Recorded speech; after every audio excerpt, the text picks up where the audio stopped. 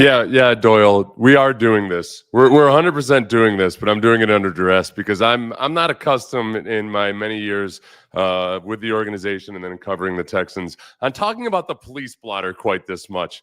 But through a combination of Jimmy Ward's situation and the Texans signing Damon Arnett, that's where we find ourselves. We also find ourselves after I learned on this very live stream yesterday that the Texans would not certainly be going after Jair Alexander because Jair Alexander had signed with the Ravens. I was in the middle of saying, well, you know what? Jair Alexander, for one, I don't know how much money he wants, but also there's always questions about these reports in Green Bay that he wasn't willing to play through injuries, et cetera, et cetera. I had all kinds of reasons for why Jair Alexander wasn't necessarily a good fit for the Texans. And then lo and behold, just out of in the middle of me saying that, oh, you guys informed me that Jair Alexander had signed with the Ravens, not the Texans. That rattled me a little bit because the Ravens are pretty good at getting guys that like to play defense the way the Ravens play defense. And it's on a 1-year deal, $4 million plus incentives up to $6 million.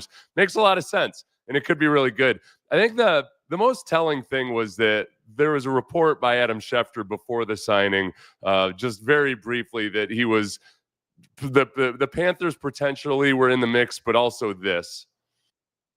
Well, I think the thing is that he's got interest from other teams. Like Carolina is interested in Jair Alexander, and there are other teams that are offering him, I think, more money than Baltimore can. Yeah. So if maybe the Texans were in on that. I think the fact that Lamar Jackson and Jair Alexander were college roommates, very, very good friends. Lamar Jackson had reached out to him. And if Jair Alexander was getting a bunch of 1-year deals and he wants to parlay that into something better, the Texans could have made a lot of sense in a lot of ways, but the fit was better in Baltimore. I think the other question I had was exactly what did Jair Alexander feel about coming into a situation where you've got two starting cornerbacks? And yes, I know they could move Kamari Lassiter down to slot, but it might not necessarily have been as clear-cut a picture as he goes to Baltimore. He can start outside. Marlon Humphrey's going to play slot, and he's got his best bud Lamar Jackson there. And also, realistically, he's got to look at Baltimore as a better team and perhaps a better situation to really ply his trade. Ravens secondary last year actually got a lot better as the year went along. That Ravens defense wasn't a classic Ravens defense, but they made some changes around midseason, and you could see they had no issues versus the Texans. So it was probably a better fit for them. The Texans did sign Damon Arnett, as many of you know. Damon Arnett has a very long and speckled past after being 19th pick overall by the Raiders in 2020. Didn't work out for him. Been with a few places for not very much time in the NFL at all. Lots of legal issues. And I've changed my stance on this a little bit since this morning, because I'm all for giving guys a second or a third or a fourth chance, especially if it comes at a very low risk price financially. I'm guessing Damon Arnett got something close to the minimum. And if it works out, it works out. But I also, when I talk about guys with a criminal past, I like to think about crimes versus oneself compared to crimes versus humanity. Crimes versus humanity would be perhaps assaulting a woman, allegedly, or brandishing firearms, perhaps, whatever it might be. But my God, the best rundown of the various things that Damon Arnett has been charged with or accused of or whatever over the last several years since 2020 came from DJ Bieneme. I'll try to go through this briefly, but it's a hard ask to go through it briefly. Most recently was in the UFL, where there was no incident, seems to have gotten his life on track. We'll play a Damon Arnett interview clip here in a minute. On June 10th of this year, a Colorado federal judge ordered Arnett to pay more than $78,000 to a dancer who said he assaulted her at a March 2023 house party. So that was March of 23. Arnett was accused of striking the woman and smashing her head into the ground.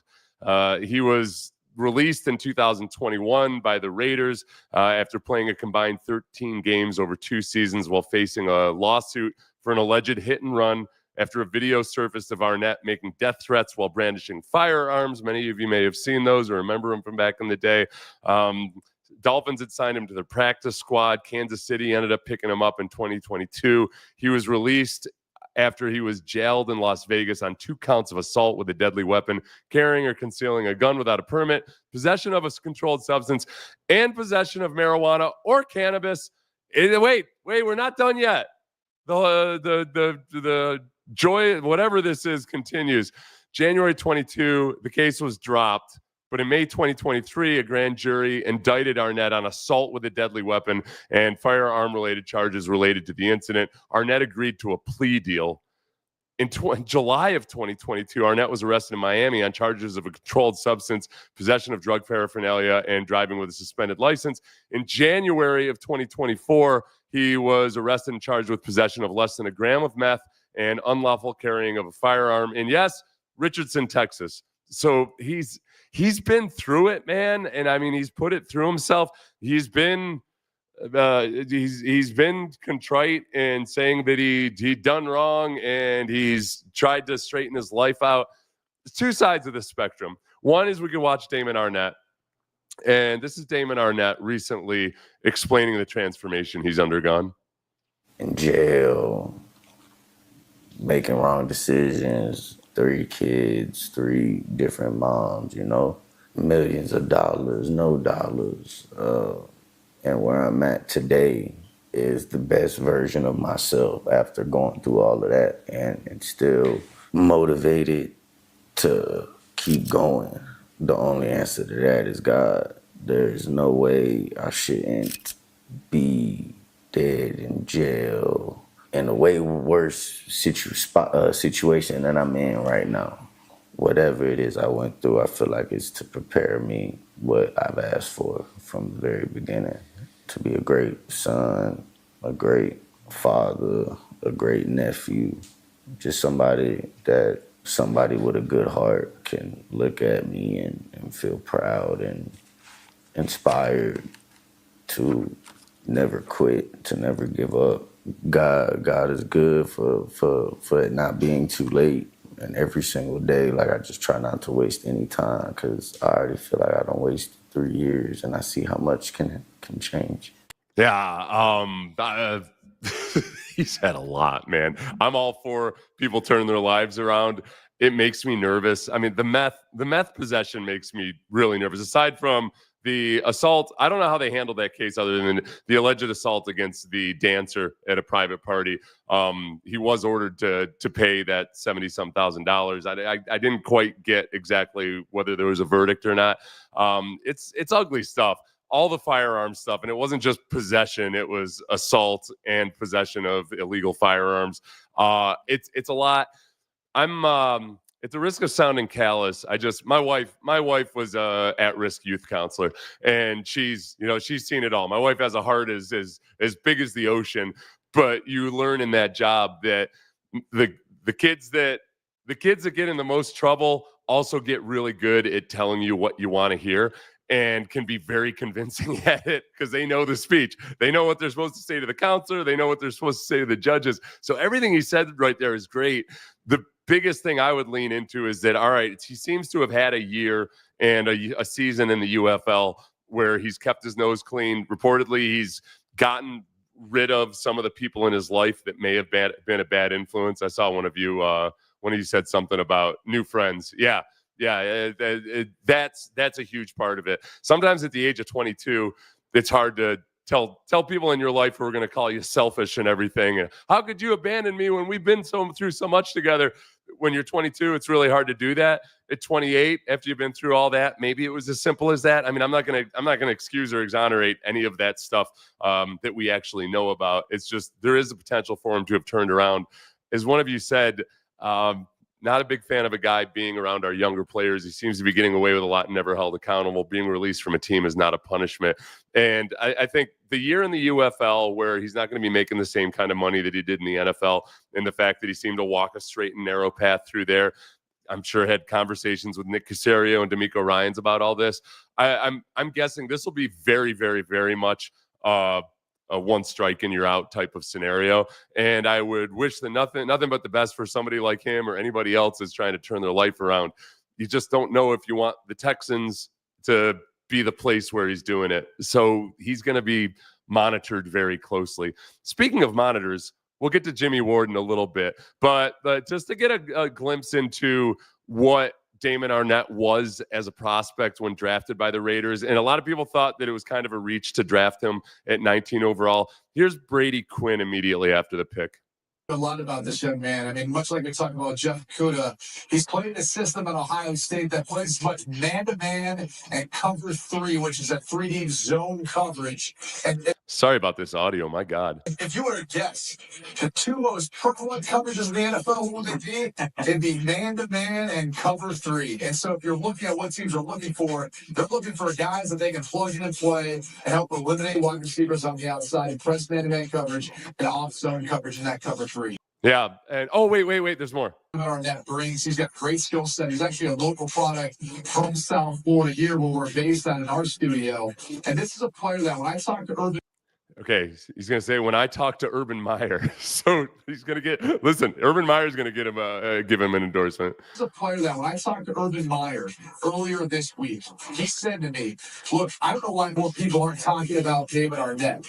Yeah. I don't know why. Now, remember, when Urban Meyer says it, this is a man who, as an NFL coach, didn't know who Aaron Donald was. So he knows NFL, as evidenced by his incredible record in Jacksonville, those many 4 or 5 games that they played. So I was a little bit more on the lenient side this morning, and I'm veering more towards really, what the hell are we doing? Because as he mentioned, hey, Jeff Okudah, Ohio State, all these things. C.J. Henderson was in that draft as well. 3 of the top 4 cornerbacks taken in that draft have been reclamation projects now for the Texans. Then you had C.J. Henderson, Jeff Okudah, now Damon Arnett. The only guy that's made something of himself as his NFL cornerback was A.J. Terrell, who's currently still with the Falcons. If he has a bad season, he'll be in Houston at some point. Little side note to all of this. So Caserio was running the draft in 2020 for the Patriots. I believe it was after the 19th pick when Damon Arnett was taken. The Patriots ended up trading back out of 23. And I'm wondering if, man, Nick really loved those cornerbacks in 2020, obviously, or at least their upside. The Patriots might have really dodged a bullet, no pun intended, when they weren't able to draft any of those guys other than if A.J. Terrell had somehow fallen to them. They did give up a chance at Ladd McConkey, and I didn't follow the draft picks any further than that. See ya. But there's a real good chance Caserio's loved all those guys since 2020. Here's John McClain on Area 45 on Sports Radio 610 last night. John McClain, not a fan of the Damon Arnett signing. Damon Arnett's the worst signing in this franchise's history. How they have lowered themselves to sign a guy like this, and they said, well, he deserves a second chance. No, he's had a second chance with the Chiefs, with the Dolphins. The Raiders cut him. You know, when the Raiders cut players, you got to be bad.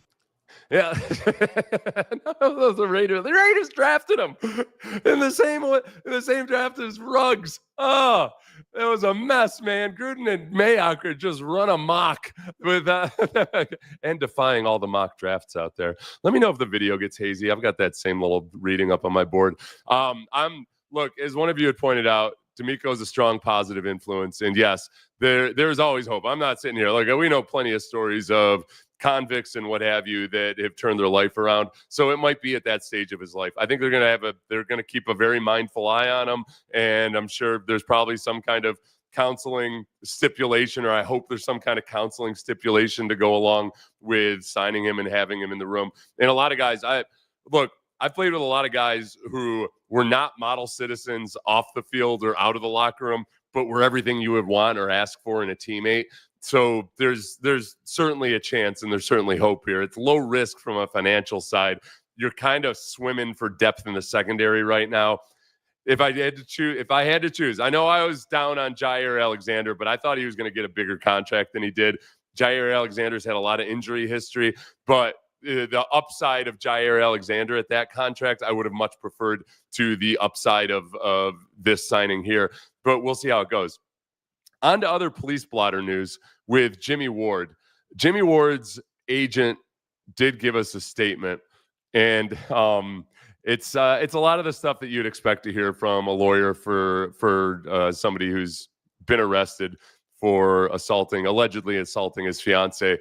His Conroe-based attorney said that he believes his client will be vindicated based on the facts about his recent arrest in Montgomery County after he's accused of choking and threatening to kill a woman.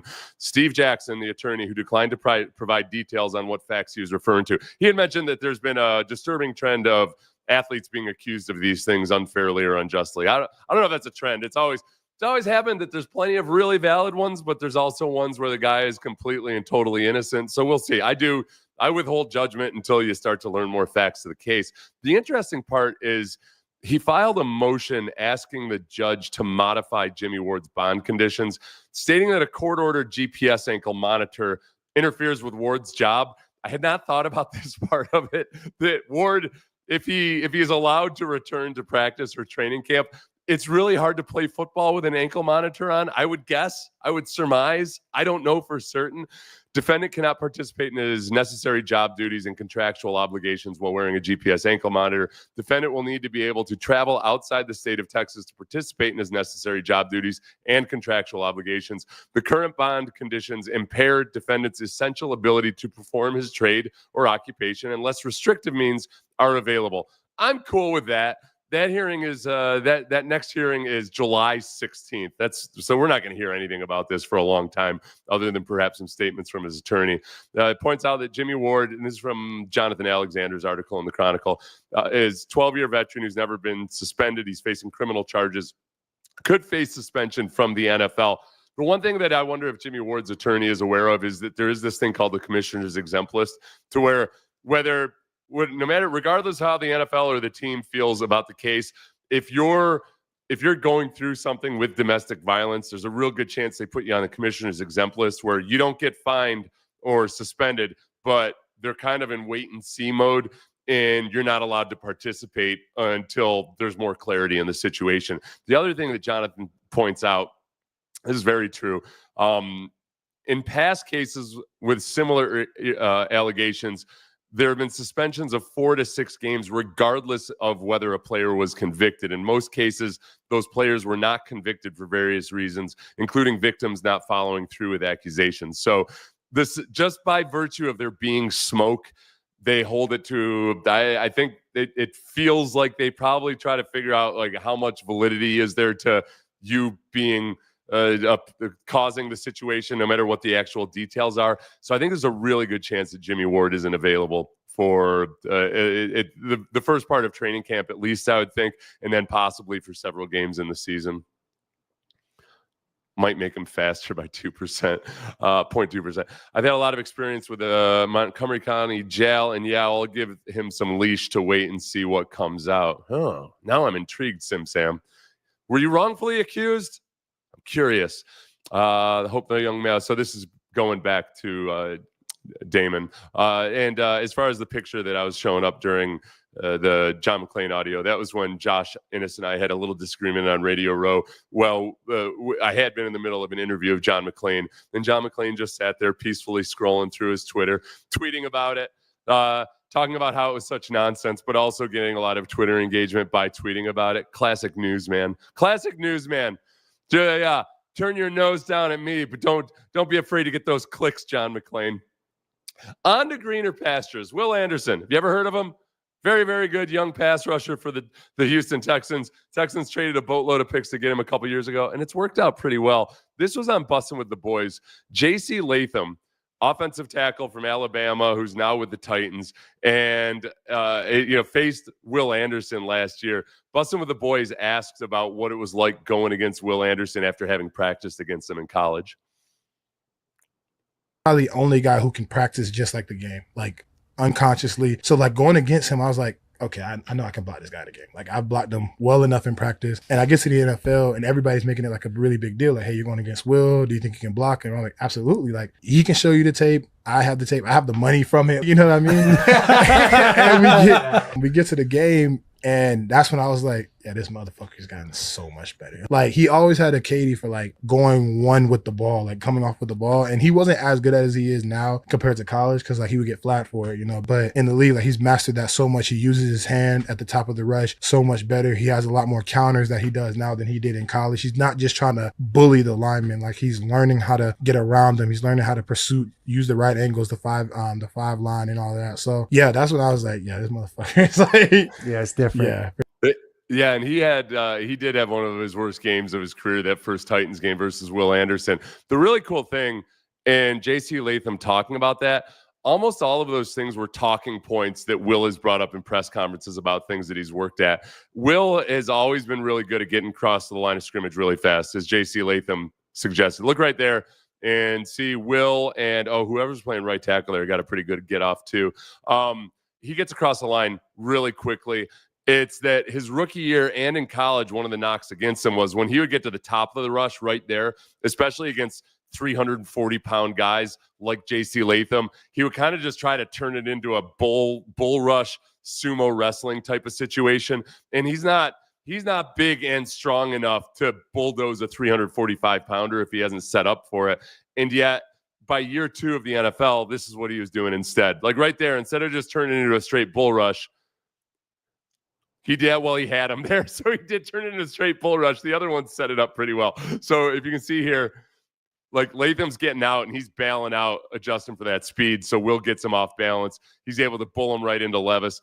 Levis will get sacked 29 times that day, or at least it felt like it. But then you come up here at the top of the rush, instead of just turning into a grudge match, Latham oversets again, and he just comes right up underneath him for a clean sack.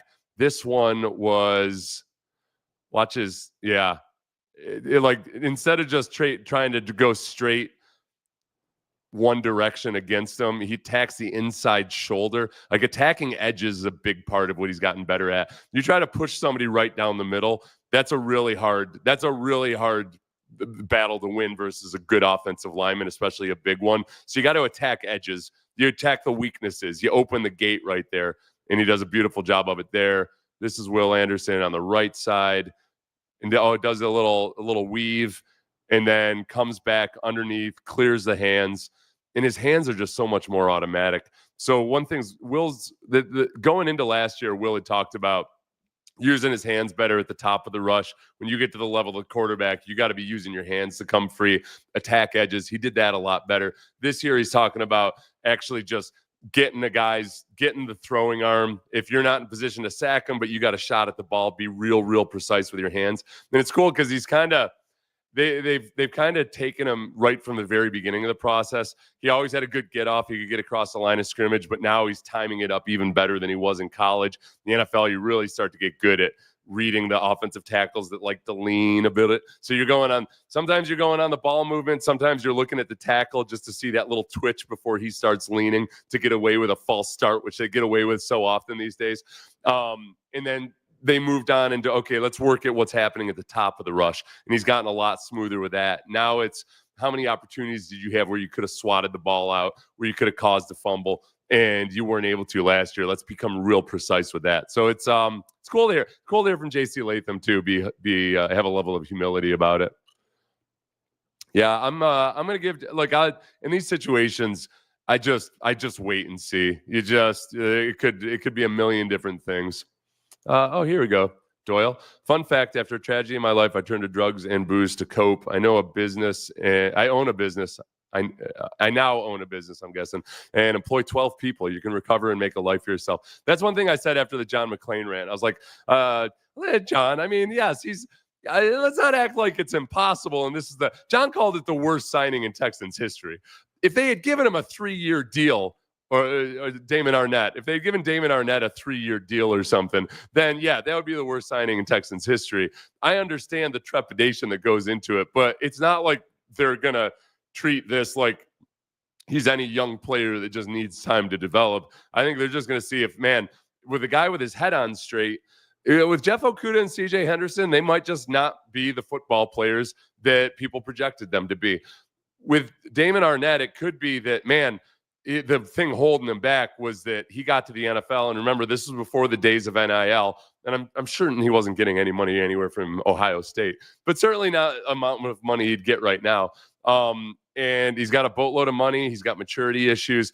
It's funny because a lot of the anonymous scout quotes that I looked at, who usually are pretty good at pointing out the guys who might be character cases, I didn't see anything about his character, that being an issue, in any of those anonymous scout quotes. So it might just be that he had bad influence in his life, maybe from before. He had a bunch of money in his pocket and he did some really, really, really dumb stuff. Doesn't excuse a whole bunch of it, especially the allegations against the woman that alleged that he, if depending on what happened there. But if he's genuinely straightened himself out, there is a lot of upside there. You just got to be.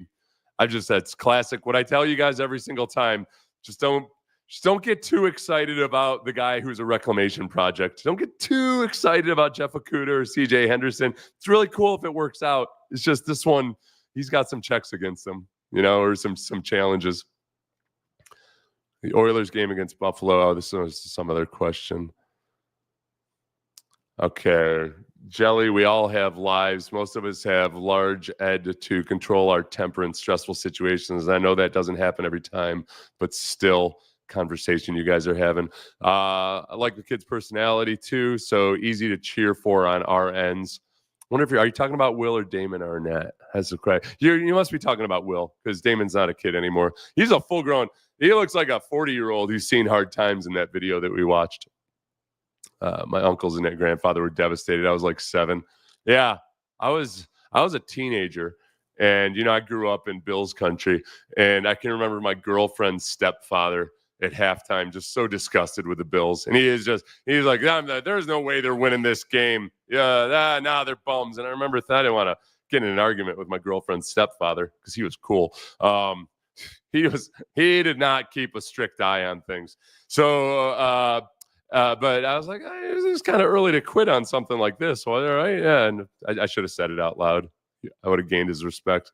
I want to do something here that feel free to bail out if you're not interested in this. But some of you have asked me about the weight that I've lost over the course of the last year. And I didn't want to talk about it too much because I've lost about 50 pounds, a little bit more than 50 pounds. And I've kept it off for a year, almost a year at this point. And that was the key. I didn't really want to talk about it too much until I kept it off for an entire year, because that's the big challenge. I've always been able to lose weight at the drop of a hat, but my bad tendencies get back to me. So a year ago, I said, all right, that's it. I'm going to take a long-term approach to this. And there were a couple things that really helped me out along the way, but just by way of illustration, I'm going to show you a couple pictures. One is of Sean Pendergast and I with a young gymnast you might recognize a few years ago before a game. So Sean, Simone Biles, and me. Only one of those people there look like they're in fighting trim shape. I know I don't look like I weigh 300 pounds. That's one of the things that's always hurt me, is that I can be deceptively fat because I can carry it all right. Just if we zoom in a little bit, yeah, I weighed 300 pounds there. All right, it was a joyous time of raucous eating and drinking and not working out all that much. I was having a good time. But then you fast forward to just last year after I'd lost 50 pounds, and Sean had lost weight too. We look really good. You can't really see the before and after until I show this picture of Simone and I. I had to tell you, Rome was a lot more enjoyable on a hot day like that when I could walk around without all that extra weight. So yeah, there's your. Yeah. So I wanted to lose weight, but I wanted to keep it off. I couldn't just keep doing this yo-yo stuff. So I did some research into, okay, what are the things that really keep people, help them keep the weight loss off. And a lot of people tell you when you're losing weight, hey, exercise is overrated. It's what you eat that really matters. And that's 100% true when losing weight, because you can burn a lot more calories just by not eating a biscuit than you can with 15 minutes on a treadmill or eating a donut perhaps. But for keeping it off, you guys probably won't be able to read this. There's a national weight control registry that studied, people who had kept weight off a long time. And a lot of them are the normal dietary stuff. But one of the big things is people who got an hour of moderate to strenuous activity every day tended to keep the weight off. That was one of the common variables. So I started at that point, even before I started losing weight. It's like, all right, I gotta start exercising for an hour a day. I know the recommendation is 150 minutes per week, but I was like, I'm gonna do an hour a day. Maybe sometimes it's walking, maybe sometimes it's more aggressive, but I got to do at least an hour of exercise a day. If I feel like crap, I'm either gonna go low output on the elliptical, or I'm gonna go for a brisk walk, whatever it might be. That's still a little bit of a tough ask when you're not used to doing it every single day. And I was long past my days of working out in the NFL all the time. There were 2 books, and I put links to them below in case you're interested, that like just immediately changed things for me. Spark, which was How Exercise Will Improve the Performance of Your Brain by Dr. John Rady. I actually had Dr. Rady on my podcast a few years ago because I love this book so much. And the thing that really clicked for me there was how exercise gives you immediate performance improvements mentally. It just cascades your brain and all kinds of great neurotransmitters and everything. And you don't have to look at exercise as a long-term thing, or you don't get frustrated by the fact that after a week you don't notice any differences. I started exercising usually in the morning every single day with the idea that, all right, this is going to make me sharper. It's going to make me a little bit less dumb on my radio show. And that was the carrot that I needed in front of me. The thing that helped in that regard too was at the same time I was reading Atomic Habits, which I know a lot of you have heard of, but there is so much in there about taking long-term goals like fitness and weight loss, and realizing that, hey, we as humans are really bad at keeping the long term in mind. When it comes to saving money, when it comes to losing weight, when it comes to doing a lot of things that we know are good for us, it's really hard when we don't have the carrot on the stick right in front of us. So it tied in perfectly with the book Spark, because it was all about engineering things in such a way that, okay, I can see immediate results and I feel good about it in that moment. I need to exercise if I want to be relatively mentally sharp by my standards that day.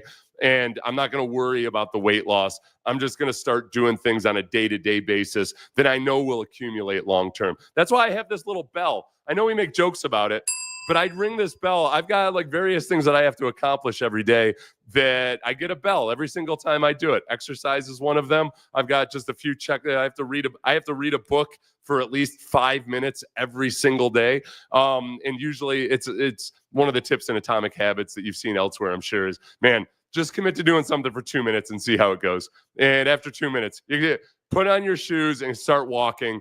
Take a 2-minute walk outside. And then all of a sudden you realize, oh, I feel better. I'm going to go walk for an hour. So like that was huge for me. And that I was able to, it's very rare for me to miss more than 1 day of exercise in a month, just because it became such a part of that immediate reward. And then the third thing that really changed in terms of, okay, my long-term view is I need to lose weight. I want to keep it off for over a year and for the rest of my life.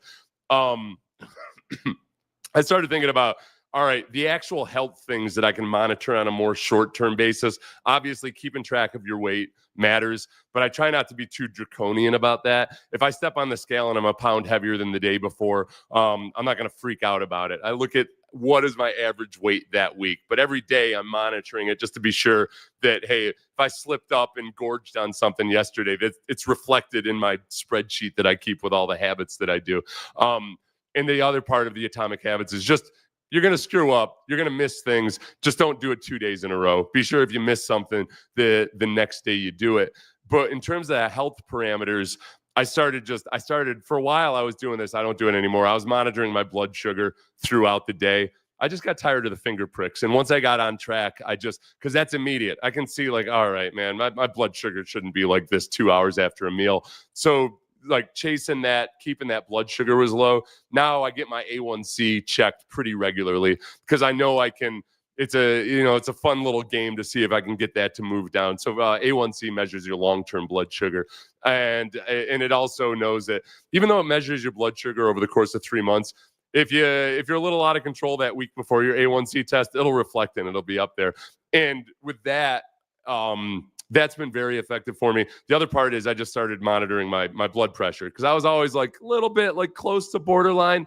But you start looking at, I'm 50 years old. You start looking at the your likelihood of getting a heart attack or a cardiac event in any given year, it's a lot higher when your blood pressure is higher. So for the first time in my life, I got down below 120/80. And early on too, before I lost the weight or as I was losing weight, that was kind of my daily, like, all right, how am I doing? Check my blood pressure.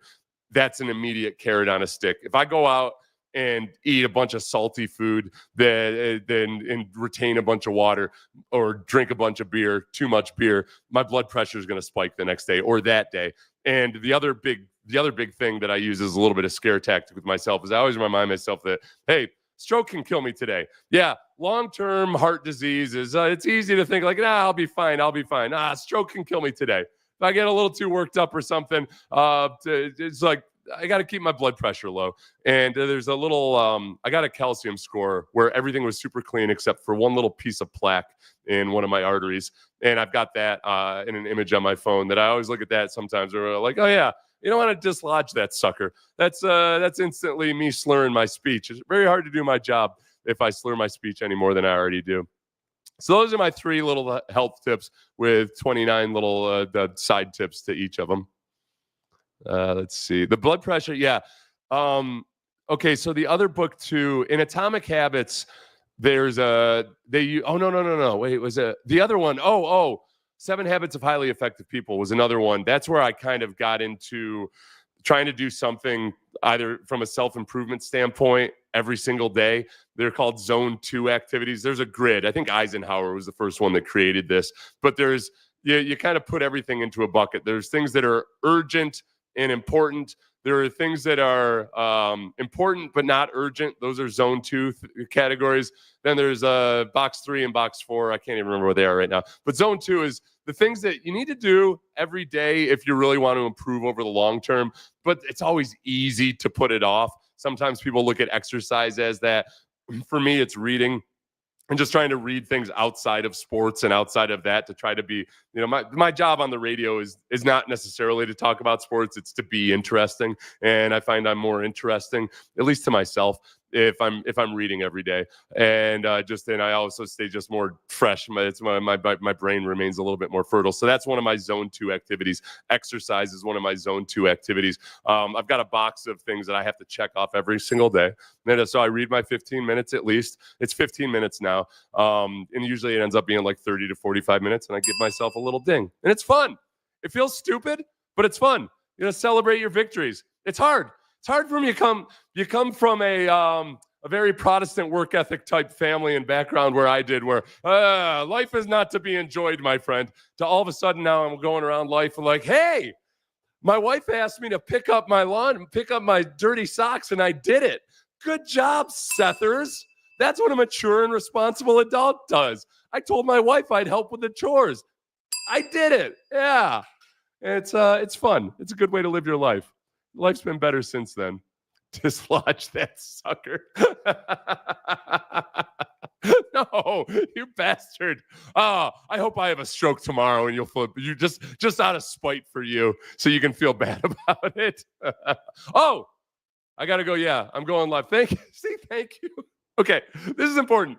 So the reason it was really funny, Reginald Adatola the other day sent me a really nice text where he gave me a compliment that I never thought I would receive in my entire life.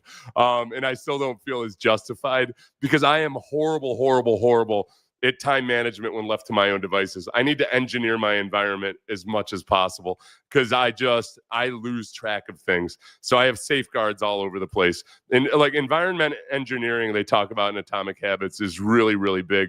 But Reginald, I don't read it completely. But he said something that caught me by surprise, and I honestly thought that it was meant for somebody else. Because he said he just basically he complimented me. He really complimented me. I don't want to read it; I'd be embarrassed. But he said about how you work and how efficient you are. I was just talking about it and realized I never expressed it. Truly inspirational. I don't think of myself as efficient, but I've got certain hard and fast things that I have to do every day. And including in my preparation for Sports Radio 610, Sean Pendergast runs the show because he is brilliant at being able to organize things, identify interesting topics, everything else like that. Anything administrative like that, I am a nightmare. in organizing a 4-hour show with 12 segments, I would get stuck. I mean, if like just on the first 2 segments, and then I lose track of things. So I just I've got enough structure in my life and in my routine that I end up accomplishing a lot more than I realize. And one of the sayings, I don't think this is in the book. No, it is in Atomic Habits, is we overestimate what we can achieve in a day and underestimate what we can achieve in a lifetime. And it's that compound interest effect of, all right, these little things you work at every single day, just have faith that in the long term it'll pay out. But in the short term, you're doing it because this is what I do every day. You know, like when I was losing the weight, I would tell myself, nope, I'm 50 pounds lighter than what I'm 245 pounds. And this is what a guy who exercises and weighs 245 pounds does. And that is how you end up on vacation in Rome with Simone Biles at the exact same height and body weight. It was really a brilliant transformation to get down to Simone Biles weight. So that's it. In a nutshell, that's how I lost the weight. Marriage is where you run 3 cone drills, but with socks, or me just trying to run three cone drills now. Yeah, the bell is the equivalent of clicker training for dogs. I encourage you. It's going to feel stupid and silly. Find a way to celebrate the smallest things in your life. If it's a habit that you're trying to form, you need that positive reinforcement.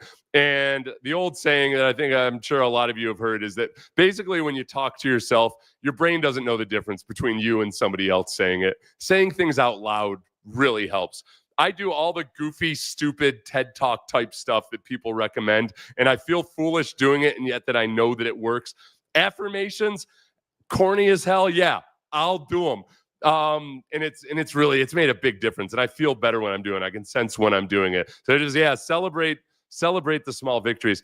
One time, ND Kalu and I were when ND Kalu and the thumbnail looks legit. I know this. So when I bring this up, there's a little box we're supposed to check that says whether or not there's altered content in the whether there's altered content. Do I have to check that box for that? I feel when it's obviously a joke, I wouldn't have to do that. So ND Kalu in 2006 was signed by the Texans. I think we brought him in right at the end of training camp, and he and I were the veteran guys, a couple of the oldest guys on the team. And I was walking across the bridge after practice. And it was, I didn't really know ND that well yet. We might have been on the team for just a couple days. And I was walking right behind him, and I could kind of hear himself muttering to himself.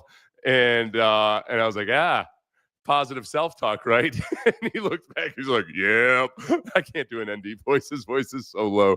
But it's one of those goofy things I learned that really flipped my life around.